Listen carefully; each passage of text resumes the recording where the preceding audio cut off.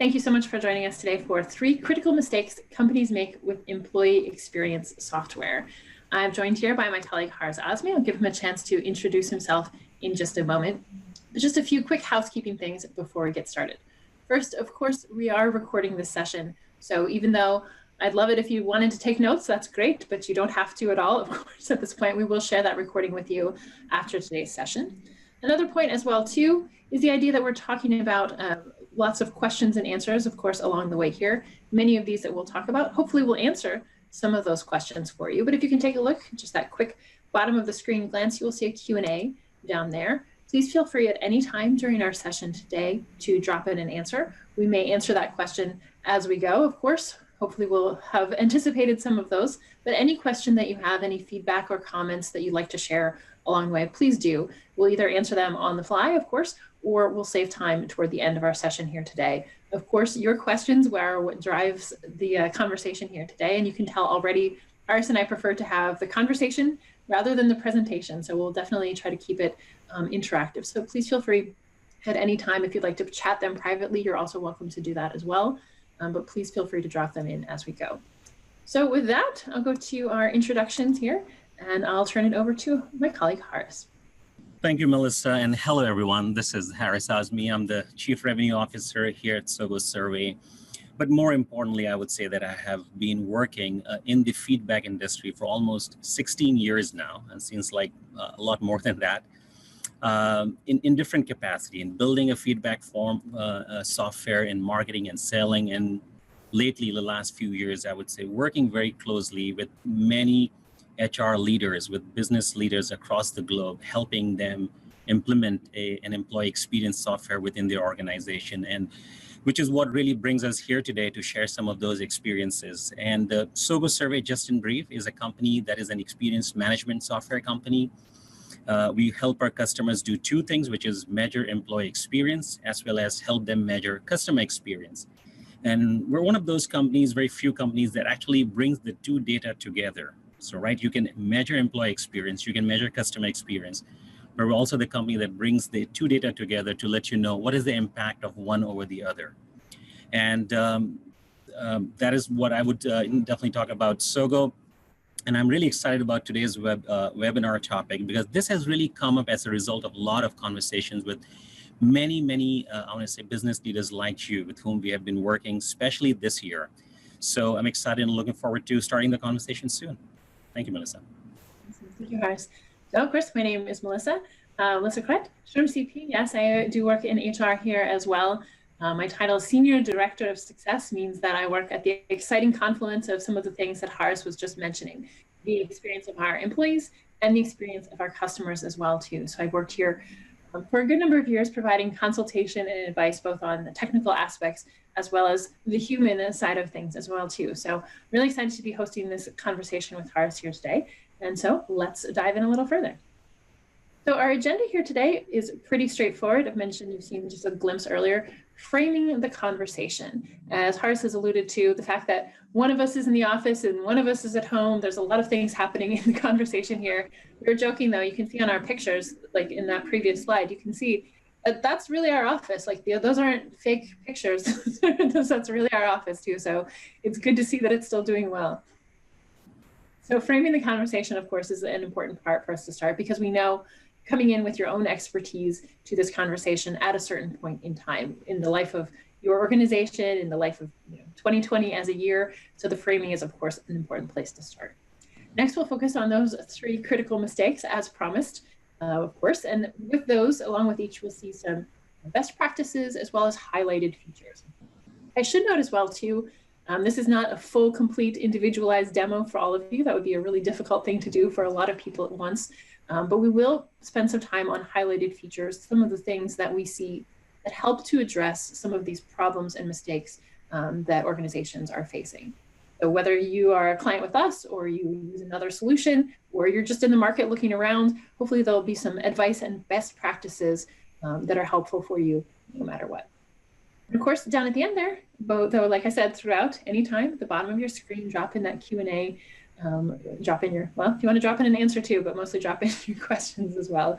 So please feel free at any time to drop those in. We'll spend some focused time on that at the end, as well as if there's anything that's specific, especially product related, that you'd like to take a look at. You can start. Okay, framing the conversation. So framing the conversation starts us with HR challenges. And I have a little bit of tongue-in-cheek said to name a few, right? So all of those of you, I want to ask you to raise your hands or anything like that, but all of those of you in this space here who are working on HR related issues, the world of HR is a really exciting thing because humans are really exciting as well too. And this is one of the very specialized fields where being a generalist is almost the rule. There are people who are very specifically focused on just one aspect of each of these pieces, perhaps in very, especially larger organizations, but increasingly in smaller organizations especially, there's a lot of overlap. There's a lot of expectation that you as an HR professional should know how to do all of these things, just because it's in that sort of broadly arranged HR sphere. So this goes all the way through the employee life cycle in and out. So the recruiting piece, of course, how are you getting any attention in the first place? Reputation management is a huge piece we hear about a lot. So are you managing your reputation online? It's not just for marketing. It's not just for customer experience. It's also for employee experience, all the way down to churn, of course, which we're trying to avoid in the first place. Identifying priorities, though, I think is one of the biggest challenges. When you see a long list like this, helping an organization to grow requires helping that organization to prioritize what matters most. Yes, return on investment. Yes, employee retention, all of those pieces, but helping to figure out that sort of people management and operations side of thing as well. Payroll, resource allocation, even labor relations, some very specialized conversations that we have. The huge sort of gold star that we have, employee engagement. Oh, just along with all of the rest of the things that you do, could you just engage some employees? That'd be really great. So that's an accumulation of a lot of those pieces.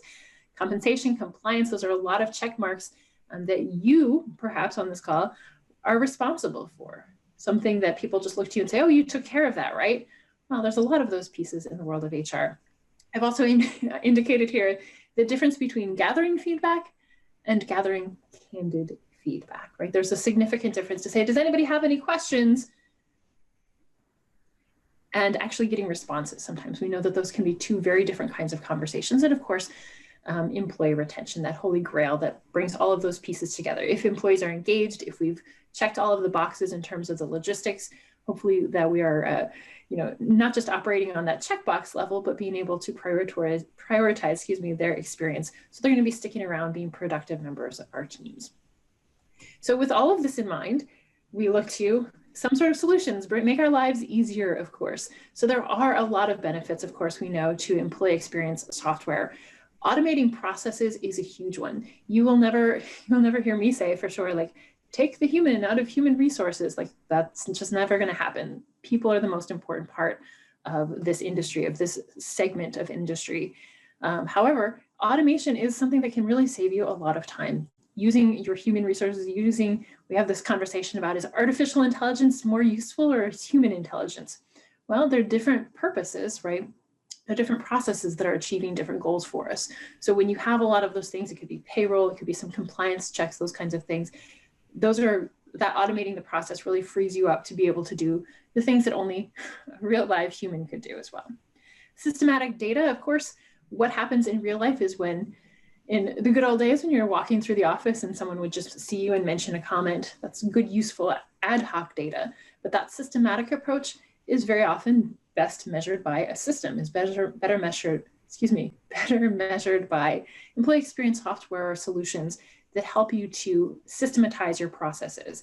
When you talk about performance reviews, when you talk about any number of other things that we could have put on that list, having a systematic approach benefits, again, from automation, knowing that after 30 days, 60 days, whatever, we're going to have those check-ins. It's a really great solution rather than you having to keep all of that in your head or in some very complex filing system. I think streamlined workflows with integration, it brings me around here as well too. That same point, whatever your HRIS or CRM that you use for employees, for customers, those tools, those integrations can help you to streamline the workflows for when a new employee starts, the following things should happen, for example. And the goal, of course, too, is insights, not guesses. The more data you have, the more insightful that data is, the more useful it is, the more informed actions you can take. However, caveat, of course, this is not to say that just buying something, it's never the solution, right? Just having a tool does not mean that you're going to fix everything immediately. Not all EX solutions are created equal, of course, is another piece there.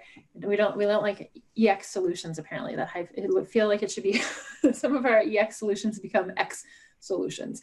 Definitely that idea that when you're looking at a tool, when you're looking at a feature first approach, you're not necessarily taking into account the entire ecosystem that's happening here. So the human ecosystem is a really complicated one, especially in a business environment. You have a lot of internal goals, you have a lot of external goals as well too. So just looking for features or shopping for features is something that people do a lot, but it doesn't really overlay as nicely with the real life human experience that you're trying to cultivate on a regular daily basis. And finally, certainly some solutions we know can do more harm than good. Just because you have a tool doesn't mean it's going to fix everything. And sometimes having the tool itself takes away from that human interaction. If you have that feeling like, well, I don't need to talk to employees today because I know that this automated survey is going to go out tomorrow. Well, that's never going to be anybody's priority to dehumanize the situation. But it can absolutely be an issue if your team starts to realize like, oh, this is just fobbing us off on some sort of tool rather than spending time on the solutions. So this is our starting point here for today, which brings us to Haris, software world. Thank you, Melissa, and hello once again to everyone. I think the slide that you're looking at, I'm sure some of you or quite a few of you will relate with at least one of those pie that we're looking at. Here's the thing, since we're going to talk about a software that is used to measure employee experience, I think it is not misplaced to understand what effect a right or wrong software can have on the employee experience itself, right? And so luckily last year, G2, which is a software review company, they did a survey amongst about 1,600 workforce employees. And here's what they found. According to that survey, they found that more than half of all employees are unhappy at work because of the software that they're using. So now you don't need data to know that unhappy employees are less engaged in their work and they're unhappy, they're uninspired, and that definitely impacts quality of their work. But I thought that was pretty interesting that we're talking about another software here trying to solve a problem, whereas one study tells you that more than half of the workforce is unhappy at work because of the software, different software that we use, right? I mean, every month, every year, we are just using more and more software. And that's a trend that will continue, I think, for the foreseeable future. But what else is happening is that there's definitely a way and chance for organizations now to take a more holistic look and see, do we really need 4 software to do this? Can it be done by one software? So this is the age of, I would say, enterprise software. And so a lot of companies are now looking into it. And a lot of what we're going to talk about will definitely revolve around the employee experience software, but also touches upon a lot of these simple nuanced things that we need to take control of.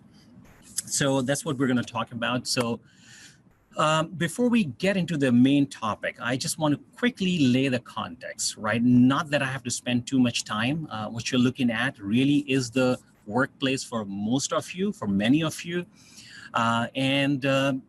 It is not possible. In our case, I mean, if you really ask us, we have as many offices today as we have employees, right? So the workplace space was definitely evolving even before the lockdown, before the pandemic. But I think it went through a very, very disruptive phase, whether you were ready for it or not. We were forced to go into a very different model where everybody was working from home in most cases. And so what you're looking at is your workspace. So also what has happened along with this change in the workspace is that suddenly what was usually easier when you hired a new employee, when the new employee joined the organization, all the processes revolve around basically with the context that people would show up to work and you have a process to follow through. Now imagine introducing a new employee into this distributed office system that we have today. How is that playing out, right? Those are all different things that are having impact over the employee experience. While the workspace is evolving, and even after lockdown, right? I mean, a lot of organizations, you read every day now, bigger, larger organizations, even some smaller organizations, they are really deciding if they need to come back to office, right? A lot of organizations are giving options to their employees to work from home, to work remotely. And so that's bringing about quite a very interesting change and dynamic that we will see evolving in the next few months and years. But along with that, again, this is nothing new, but the workforce also is evolving, right? I mean, our generation, the generation before and the generation to come, they all are growing in a world, and their experiences are shaped by the different interactions they have with businesses and products and services that they use and consume. So what is happening along with all of this is that their expectations have changed, right? They expect similar service from their own organization that they have gotten used to from brands like Uber or Apple or Netflix. And guess what happens when that experience is not available within their organization, when they have some questions to ask, and it is a very difficult process, they have some feedback to provide and they can't, they find that there is a disconnect. And this disconnect is what basically leads to a lot of employees within the organization to find venues to essentially air their grievances or some feedback. And sometimes those grievances and feedback go on the review sites. And so it really boils down to, when you sit down and look, that have you made the process of giving feedback simple, easy, ubiquitous? It's always there, right? I mean, every employee has a smartphone. I think it's a fair thing to assume. I should say most. Now, there are certain organizations that we work with where it is difficult, but most people have it. Do they have an app that they can use to provide feedback? Is it part and parcel of the processes that you use within the organization, where if employee has an experience that is not up to the organization standard, or they have certain concerns, is it easy for them to connect with you, provide that feedback? And only if you have a setup like that will you start to see a drastic drop where employees are going outside to air their grievances. Definitely, there's a huge direct correlation between enabling certain things like this within the organization and those organizations that do not have it, or it is difficult to use, where you will see those issues you are learning from outside and third-party sources. So it really boils down to creating a culture of listening. Really, if you ask me, if we can create a culture of listening, if we can convey that message to the workforce, that it is easy for you to share your feedback, especially now more than ever before, where everybody is in some ways disconnected physically from each other, to feel connected, and then more importantly, to still be providing that feedback with you is so critical. So this is the first thing that I want to talk about today. And this is such a big topic, large, we can go in so many directions, but I want to bring it down to, because I'm assuming that you already have an employee experience software, that some of this idea you can use, or if you're in the market looking for an employee experience software or looking to replace an existing solution, make sure that you have these capabilities in that software. So this inability is not about you as a professional to collect the data. This is the software itself lacks this capability to allow you to collect real-time feedback. Now, let's try and understand why are we making this as the #1 issue when it comes to employee experience, the ability to collect real-time data. To understand that, let me put some context here.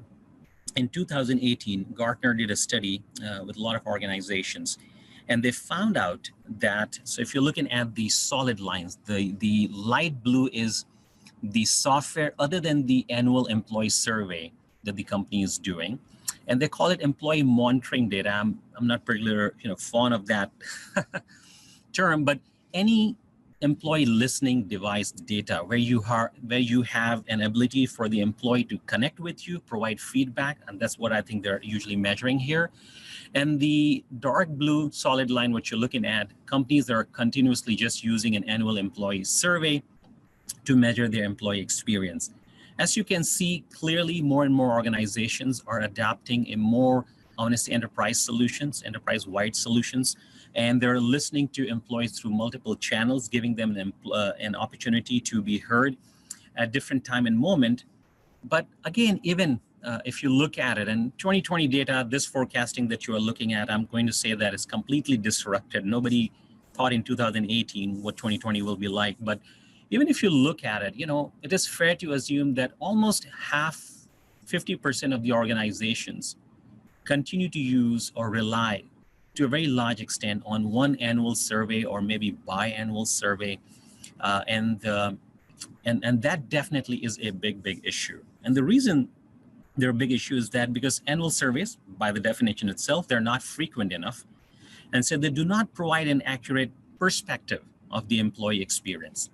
So the question is then, what can provide a very clear understanding of your employee experience? So we're asking, when you look at your employee experience program, definitely there are a few things you want to make sure you are covering those things. We want to move away from infrequent, from an annual survey alone, to in-moment survey and data capturing and listening. And so there are certain things you can do in the moment. There are moments that really matter. There are so many other things that we will talk about, and I think I have more details here on the next slide.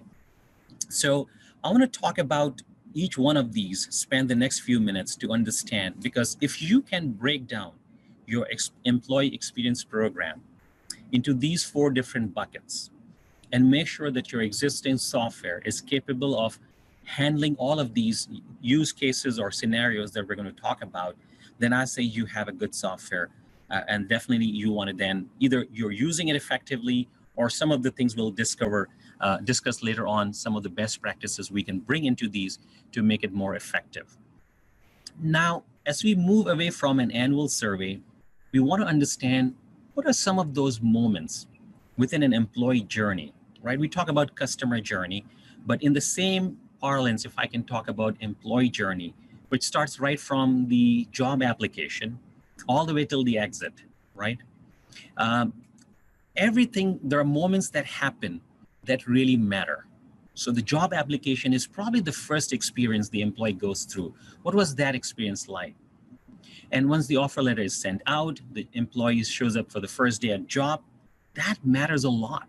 I mean, right? That first impression about the organization, right? Is everybody aware of this new person who's joining today? Is IT aware? Is everything set up? Is the computer working? Do we have a process? It can have a very long-lasting impact on that employee's experience with that organization. And then everything in between. Of course, this is not an exhaustive list, just to give you an idea. And of course, annual performance review is probably another moment that really matters. And then of course, exit survey is another thing that matters. Now, in my experience working and talking to a lot of leaders across different businesses, what we see is that when they're trying to understand what really drives an employee to join the organization, what gets them excited and engaged, and what really propels them to leave, exit, a lot of those companies do exit survey. And when you ask, do you have any of the data from these set of employees who are leaving, to kind of pair or correlate this data with another moments that really matter during this journey of the employee, surprisingly, we find that there isn't. Exit data, to a very large extent, is the only data that they have other than maybe an annual survey. And that definitely, if you are relying on controlling the churn of the employee purely on the basis of that exit survey, I don't have to say, you understand it. It's a skewed data. It's a data you're basically collecting for an employee the moment employee expresses that he or she doesn't want to be here anymore. So clearly, what we're saying is that that data is important, but that data is only important if you have other data collected from that same employee so that you can correlate. Is it just because the employee is disgruntled about something, or is it purely a systemic issue? And there were signals about this issue beforehand. There was a signal that I got at the annual performance review. There was a signal that I got when the employee showed up at work the first day, or some other event that happened. And that is very important for you, because what good is this data software if I'm getting this after the fact, I mean, this software is useful if you can direct me in the right direction at the right time, not after the fact. So we're looking for those signals. And when you set up your program this way, you're helping to create these signals. The second bucket, if you look at, is in the moment data. Now, this could be a very, very vast list. I've given you 2 examples here, right? An employee calls to IT for resetting the password, or they need a new software. Laptop just broke. I need a new one. How do I go about? What is that experience like? And for larger organizations where you have 40, 50,000 employees, IT, for that matter, really, for them, employees are nothing but customers in terms of the relationship of how they interact with each other, fulfilling their needs and requirements in order to really have a smooth operation. And while, you know, we may not pay too much attention, but those experiences also define that employee's experience overall about the organization. What does that application for PTO look like, right? You can definitely plug in different feedback. It could be as simple as one question that is plugged in at the same within that software that is used for PTO, that is used for requesting an IT or opening a ticket or sending out a survey once that ticket is closed. And so you can really complete this list. It's a very, very vast list. But then also what we have seen, and this has picked up, and this is a thing that has been growing, but within the pandemic, what we have seen, that organizations need a way to connect with their workforce on a regular basis. So I've put in 2 things here, recurring surveys and health check, and I want to talk about this briefly. Recurring survey is, if you can imagine like a recurring meeting where you meeting with your team every week, every month. There are surveys that you can schedule now. You say, here's your list of employees, and send out the survey every week, every other week. And I want to get the pulse check, how things are going. Whereas what has happened in COVID is there's also a desire for a lot of organizations to do a health check. Health check could also be a mental check in terms of how they are dealing with the current situation, given that the world around them has changed suddenly.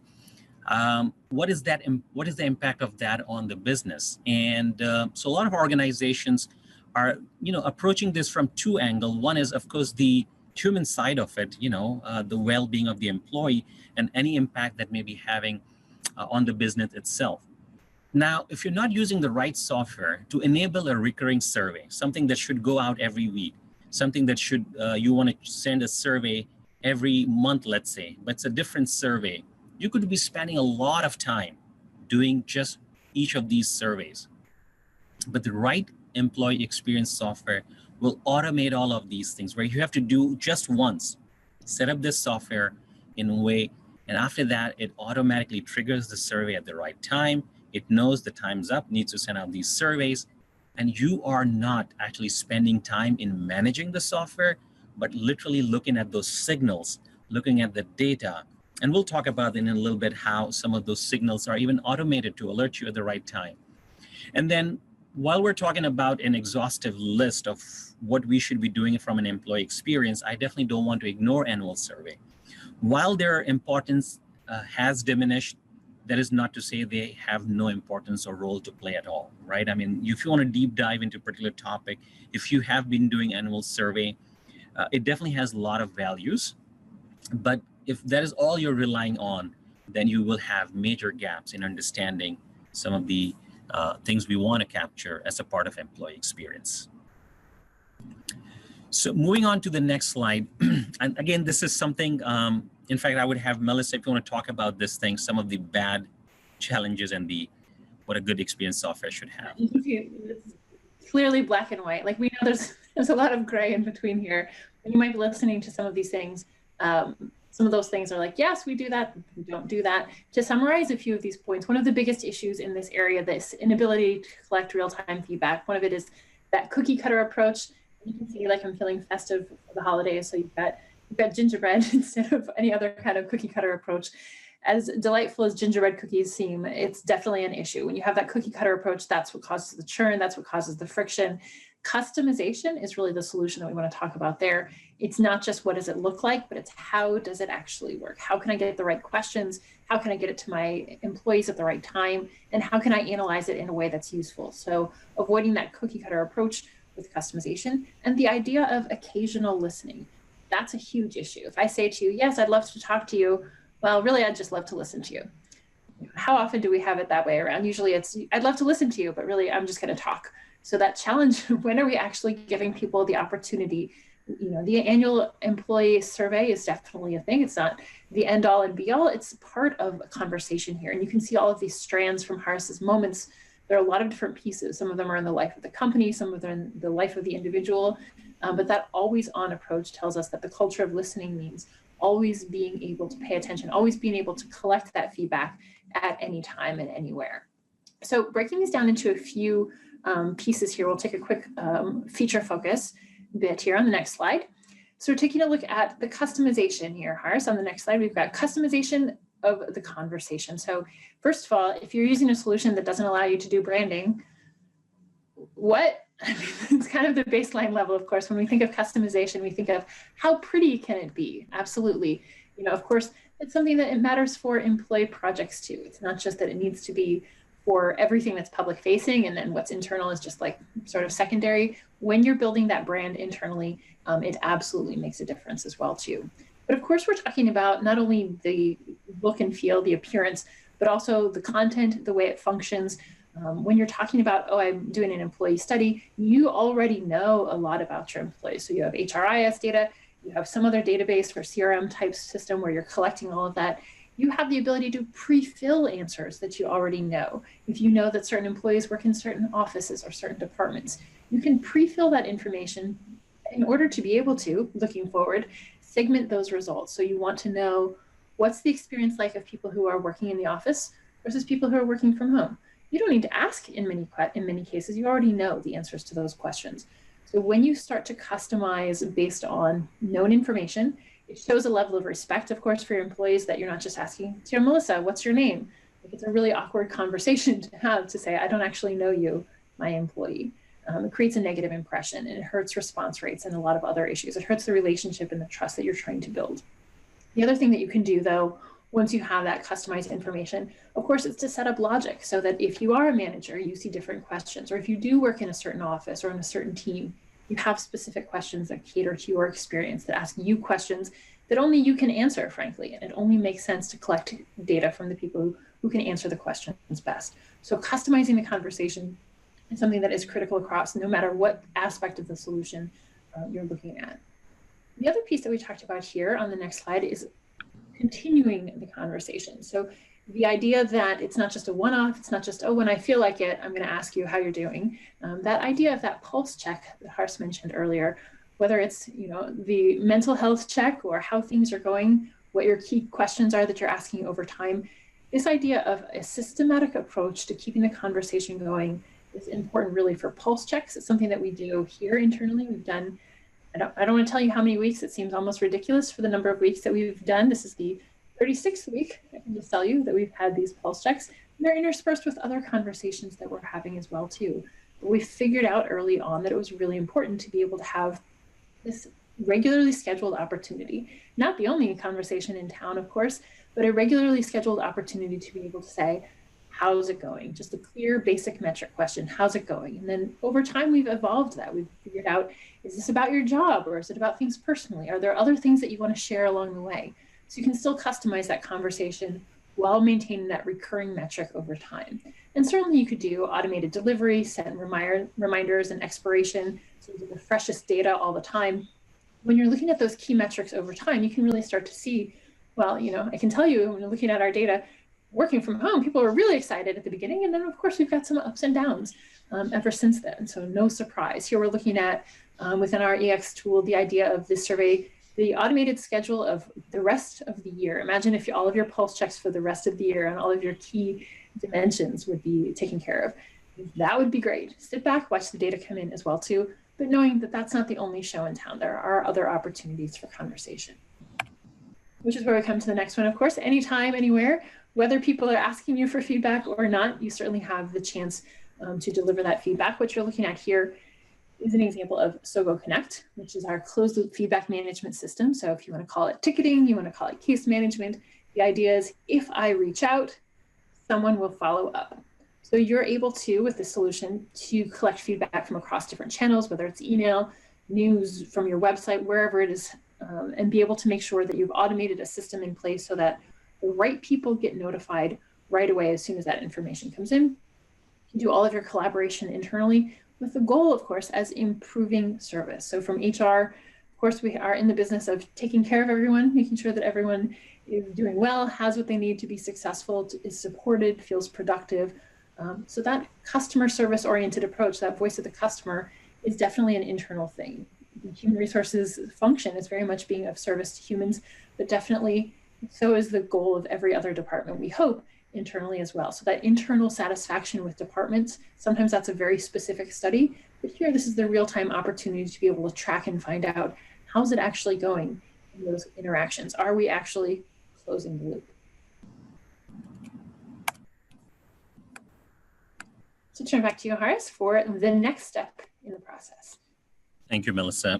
So I think we just want to quickly wrap up. So the inability to collect real-time feedback, or if we can let the employees know that there is a culture of listening, you would avoid a lot of those issues. But even when you are able to build a system or a culture like that, there are still, issues that may come up that can still disrupt your ability to build that culture that you are looking for. If the software or the way the software collects the data, the way the software shares the data or the insights with other people is not properly set up. So we're going to talk about siloed data or discrete reporting. And the challenge or the problem with those reporting is not that it actually has gap in its data. The problem is that we have seen businesses and organizations making wrong decision as a result of that, right? And that is a big, big issue. Or you could be working on something that is not a high priority. So, right, you're working, you're spending all the time and money and resources on it, and you're not getting the result that the software told you that, hey, this is the issue. If you solve, you should see an improvement in employee engagement and productivity. So we would understand this siloed data in 4 different, again, buckets here. The first one, I'm going to call it lack of communication channels. So even if you build always on, always available survey or feedback system within your organization, if it is on everybody's mobile phone, and if it is available on the intranet, there are still chances that if there isn't a thorough review done, you may miss some of the channels through which the data may not be collected, right? You may be doing exit survey, let's say, to take back the same example. If you're doing the exit survey on a paper, and again, this is coming back from experience where a lot of the exit surveys happen on a paper, in spite of there being a survey software in the organization, and that paper, that notebook in which that exit survey was done, in many cases we have found, and that those paper, that data never makes it back into the system where it can be processed and correlated with other data. So are you making sure that every channel through which you can collect data, or you should rather collect data, you have enabled that, right? And the second thing is, even if you're collecting data and you're processing the data, but if you're not sharing that report with the right people, because here's the other thing, employee experience is not a function of HR alone, right? Just based on the conversations we've been having, we've been using IT as an example, right? It is impacted by IT. It is impacted by other departments that employees interact with. If I'm traveling and there are events that I'm attending, my experience of how that entire thing was managed by other departments on whom I rely upon, making sure that my travel, my events, and again, this seems like a little strange talking about events, but those things do matter. There are so many examples of that where other departments have a direct impact on the employee experience. So sharing the insight of the data with the right people, with the managers, with the teams, so that they can first understand where the issues, the frictions coming, and how they can go about resolving it. Because one thing is to collect data, the other thing is to share data. So that is very important. Again, when you sit down and you start to think about these things, or you start to review your existing program, you will find, or maybe you'll find gaps, and you want to fill those gaps when it comes to communication channels. And if the software that you have only enables collecting data through email, then clearly it is, I want to say, disadvantaged to start with, because email is definitely one channel. But if you are using Slack or Microsoft Teams, your software, your employee experience software should be integrated with that software so that they can provide feedback, right? Or for that matter, it should have the capability for employees to provide feedback via SMS, text message, or there's an app that they can use to provide feedback. So many ways. It is embedded on your intranet. They can click on a link and provide feedback. So make sure those channels are covered. Moving to the second one, which is lack of data at critical touch points. So even if you enable all the communication channels, but if you're missing some critical touch points, meaning if we kind of ignore or miss certain critical moments that we know we should measure that experience at that point, your data will be incomplete. And we'll talk about what are the implications of incomplete data, how seemingly innocuous data could be misleading in ways that could backfire in the short or long run. So make sure those touch points, and those touch points, when you remember those 4 different chevron charts we were looking at, right? In the moment, moments that matter, pulse, annual survey. If you complete that and make sure that all critical touch points are being measured, is very important. The third aspect of this is lack of contextual data. This is such an important thing. And I think Melissa has mentioned a few times that, if you have an HRIS system, you have some of the software that you use to manage all of the employee, data, could be payroll, could be any other information. You do capture some of the other information over there, which could be the vacation time, for instance. And let's say you do an annual employee survey and you find out that 25% of the workforce are complaining about work-life balance, right? And that they're overwhelmed. And that is one way, that is one data that you're looking at. How about if you could take that data and pair it with the other system that also tells you that about 25 or 22 or 30% of the workforce rarely or hardly take vacation time. Maybe the two data are correlated.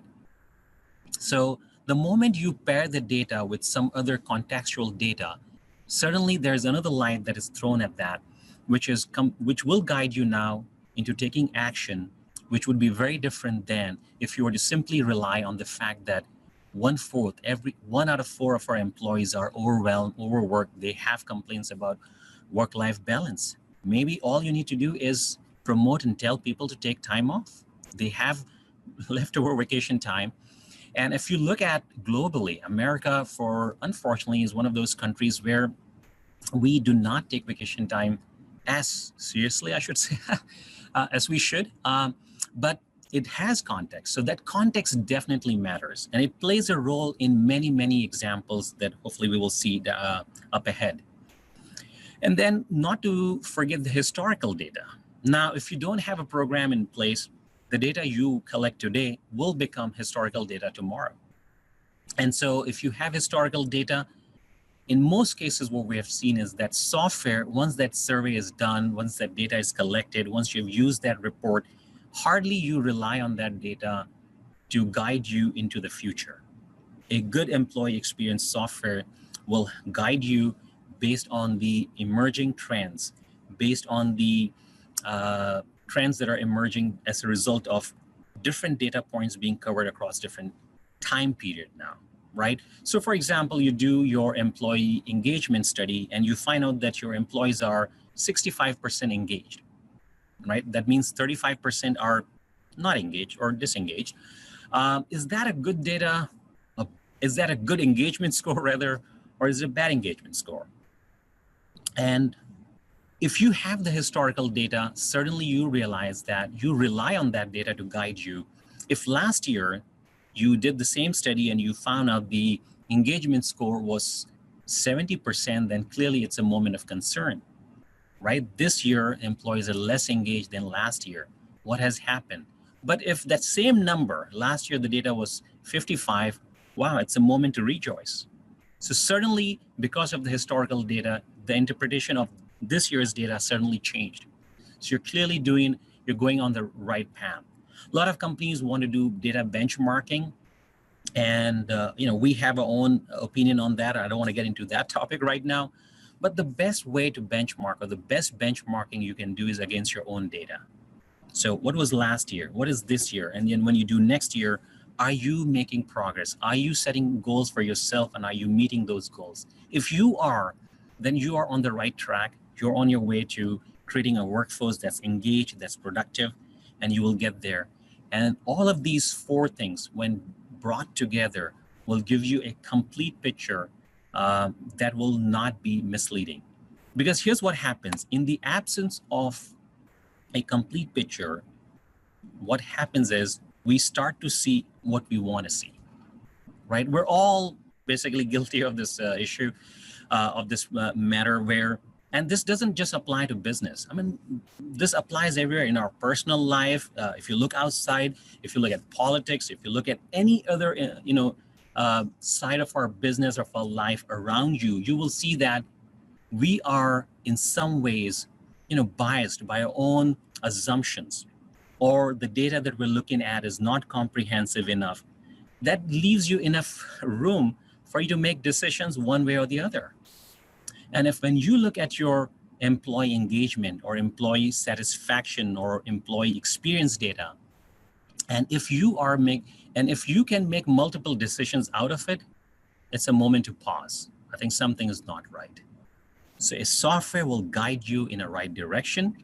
It may not always tell you what's the next best thing you can do, but at least nudge you in the right direction. And we'll hopefully take a look at some of that example. And to talk more about that, again, I will let Melissa talk about this black and white chart. The easiest part, like I got the simple part, right? The black and white part. So definitely this idea here, again, to reiterate some of the bad things that we've talked about: biased questions deliver biased results.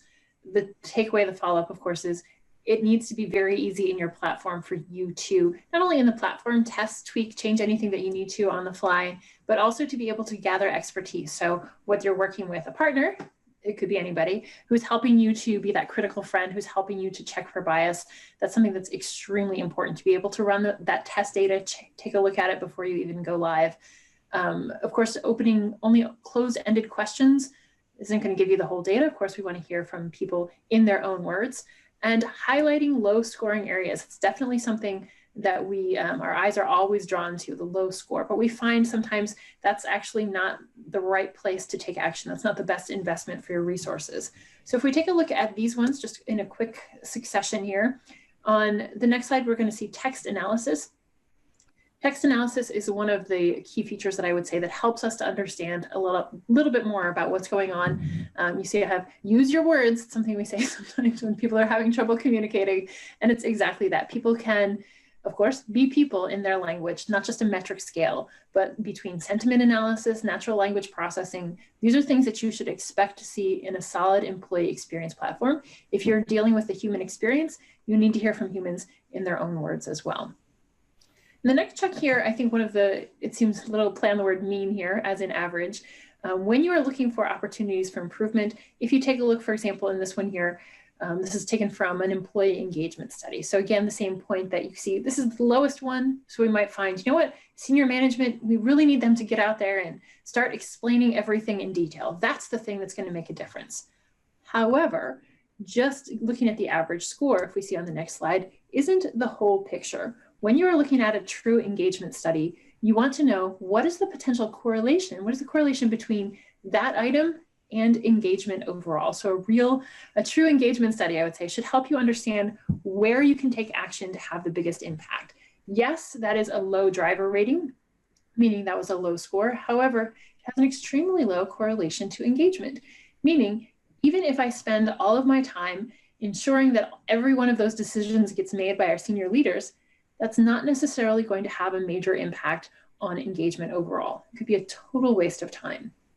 If you take a look at the next slide, this is not just something that's related to engagement at that deeper level, but this is also something that you can measure at those touch points. So for example, if you've delivered service to someone, that quick, we've all, well, we used to get off of planes pretty regularly or travel or get feedback on experience. Now it's a lot of times it's, food delivery or something similar like that. How was your experience? Were you satisfied with the delivery? Were you satisfied with the quality?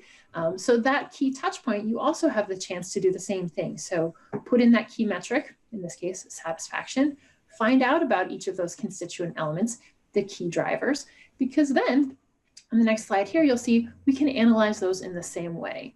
Yes, you have all of those variables. Which are the ones that make the most sense in order to be able to have an improvement on your overall metric? In this case, satisfaction. So I see, well, we're doing well in a lot of these other areas, but the completeness of resolution, meaning people are getting served, but it's not really answering the full question. It's not providing the entirely full experience that people are looking for.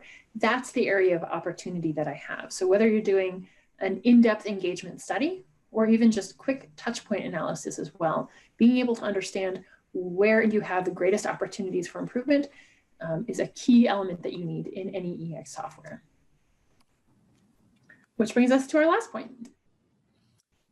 Let's talk about the last point here. And so if you've taken care of these two things, now the third thing is such a classic problem, whether you have been using a simple survey software or a very comprehensive employee experience software.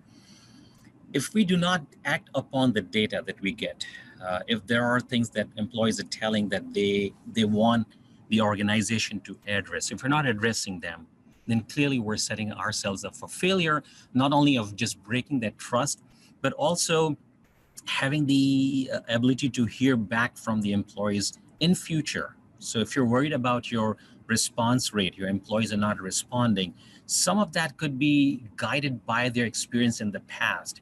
What do they perceive, right? When I provide feedback, is it well received? Some actions taken place as a result of that. And if that perception, unfortunately, if it's negative, then the tendency for the employee not to participate, not to share that feedback with you, and let alone if they are concerned about the anonymity of the participants themselves, then that's another issue. And so how can we address that issue? And more importantly, right, the software that you use to do this thing should make your life easy.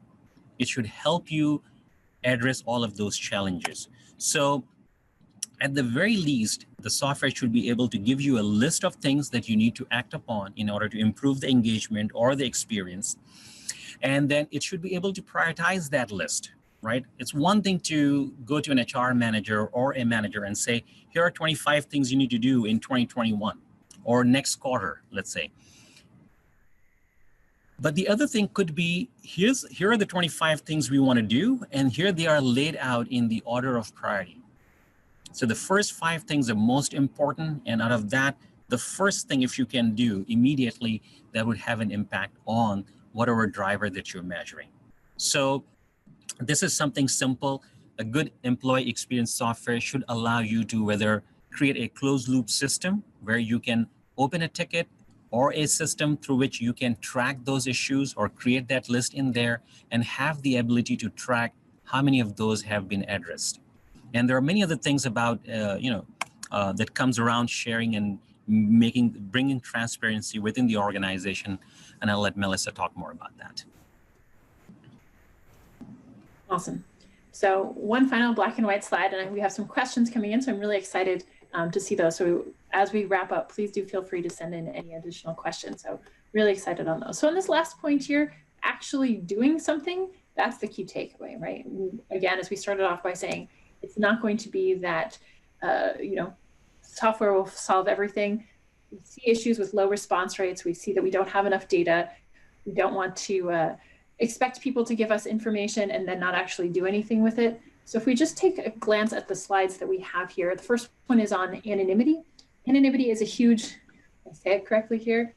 On the next slide, we see anonymity at the footer of a survey. So anytime that we're sending out an employee survey, this is on the next slide, Harsh, we've got allowing employees to choose what data they want to share. So rather than forcing employees, even pre-filling and hiding, we have a lot of conversations about trust, the idea that being able to, is this organization going to use my data for good? All of those pieces here. So yes, let employees know how their data is going to be used. Confidentiality, of course, is important, but technical anonymity. The administrator cannot know any of that personal identifying information. Of course, if you say, this is Melissa and I think that, no amount of software can help that, of course, too. But giving people control over how their data is being used, that ethical idea of the software can't know stuff without you telling, without you, sort of having that control yourself. So reducing the number of mandatory questions, all of those sort of things. Also on the next slide, you'll see within that closed loop feedback management, what we've talked about here is having those candid conversations. Sure, it's great to say anytime you can drop by, see, stop by after work and leave me a note at my door or something like this. Having that conversation, though, be totally candid, dropping this real-time feedback in at any time. Yes, you can include your contact information, but you can also include no contact information. So a totally anonymous response. Hey, I attended your training and I didn't think it was really that great, for example. Just the idea that you're being able to follow up with people is extremely useful, of course. The idea that you want to be able to reach out to them, of course. So we've gotten that happy medium there. Hiding the contact information from the recipient, that's also totally possible. So that's sort of the best of both worlds that we've gotten. So in the idea that I want to send in a message to say, oh, it's really great training. Do you have plans for a future one? I can still share that information without compromising my identity, as it were. We know that more candid conversations happen when there's more opportunities for anonymity. Another few things, it's not just about the data coming in. So on the next slide, just a quick highlight here. It's not just about the data coming in, but it's how we share that data. So we've got a couple questions here about how do we share data. We don't want to share data that often with people who don't have any use for it, of course. We do care about confidentiality as well, too. But when you have other people that you're sharing that data with, give them the availability for that dynamic data and be able to do that real-time filtering. So you can say, yes, I'm going to share it with you. It's password protected. Your tool should allow you to share results with people who are not logging in as users of your own platform to be able to see that real-time sort of role-based dashboard as well. The last piece there too is just the same thing, the idea that you have that ongoing conversation, whether it was a survey, whether it was a feedback form at any point, create a ticket, create a case as a follow-up, be able to close the loop with people so that everyone involved in that conversation can see exactly what happened, and additionally collect feedback on that service provided. It's very rare that we say, okay, here's your answer, and how was it? But in the idea of automating those solutions, it's something that's a lot easier to do with an automated solution, of course, right here.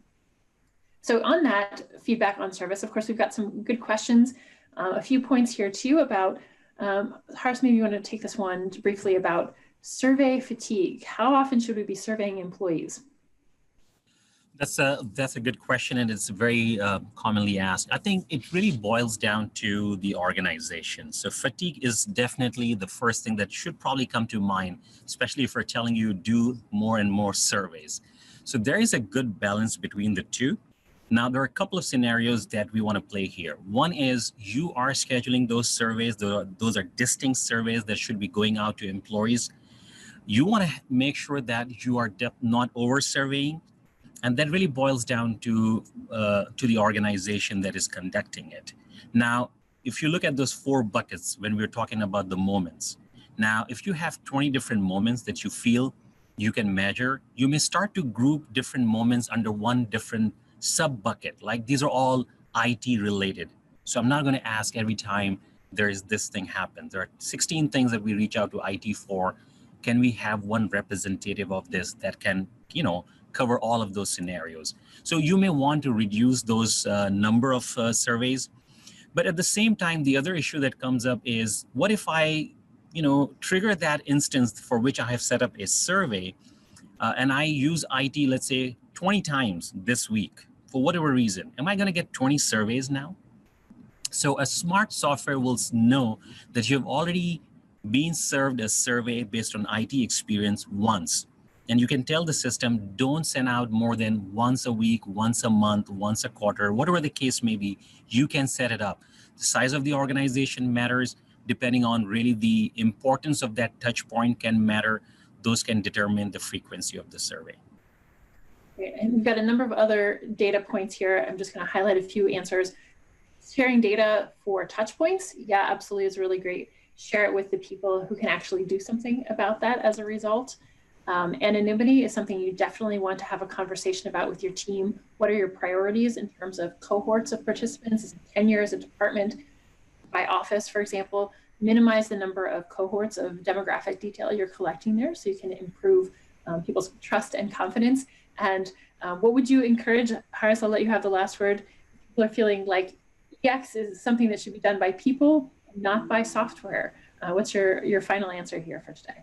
And we're saying the same thing here. I think we're definitely not saying that this is the robot that is going to do everything for you. Really, if this software can free you up and take your existing processes, your structure that you have already put in place, and automate that process, so you have more time to do and focus and work with the data, follow up, that whole closed loop system that we're talking about. That's where the fun really begins. You are now doing something as a result of this system, software in place, that is making an impact, improving the organization. As opposed to if you're spending majority of your time just fine-tuning, setting up the survey, figuring out how to invite this person, how to re-invite, how to send reminders, clearly a waste of time. And we hope so that either you are fine, your existing software can help you enhance your productivity and really make you the champion for which you are actually a part of this organization to bring that change. A right software will help you shine your expertise within the organization by making your task easier. Awesome. So with that, we are coming to the end of our time. So I just want to thank you everybody for joining us. If you do have additional feedback, you're more than welcome, of course, to drop us a note. The note here is experience@sogosurvey.com, just on our final slide, but you'll also be hearing from us, and you're going to be hearing this recording as well. If you choose to listen to it again, share it with other people on your team as well. So following this session, just return you to your regularly scheduled day. Thank you all so much for your time. Be well, stay safe, and we'll see you soon.